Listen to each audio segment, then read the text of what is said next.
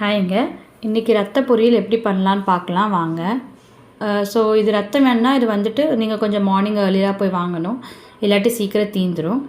அது வாங்கிட்டு வந்துட்டு அதில் கொஞ்சம் கொஞ்சமாக ஆட்டோட முடி இருக்கும்.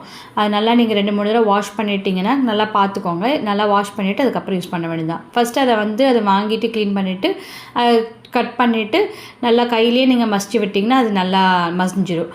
அதுக்கப்புறம் தாளிக்க வேண்டியது தான். அதில் எண்ணெய், கடுகு, கருவேப்பிலை, கடலைப்பருப்பு, பெரிய வெங்காயம் குட்டி குட்டியாக நறுக்கி போட்டிருக்கோம். அதுக்கப்புறம் பச்சை மிளகாய் காரத்துக்கு, இது எல்லாம் போட்டு நல்லா வணக்கிக்கணும். இது வணக்கினதுக்கப்புறம் நீங்கள் அந்த ப்ளட்டை ஊற்றிட வேண்டியதான்.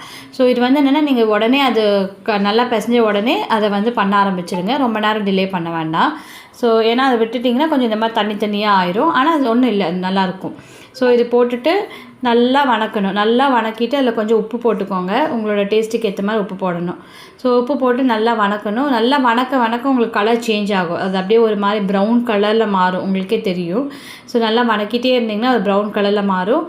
ஸோ லாஸ்ட்டாக அதில் ஒரு 10 மினிட்ஸ் போல் பண்ணுங்கள். அதுக்கப்புறம் தேங்காய் பூ போட்டு இறக்கிட வேண்டியதான். ஒரு மிக்ஸ் பண்ணிவிட்டு இறக்கணும், அவ்வளோதான்.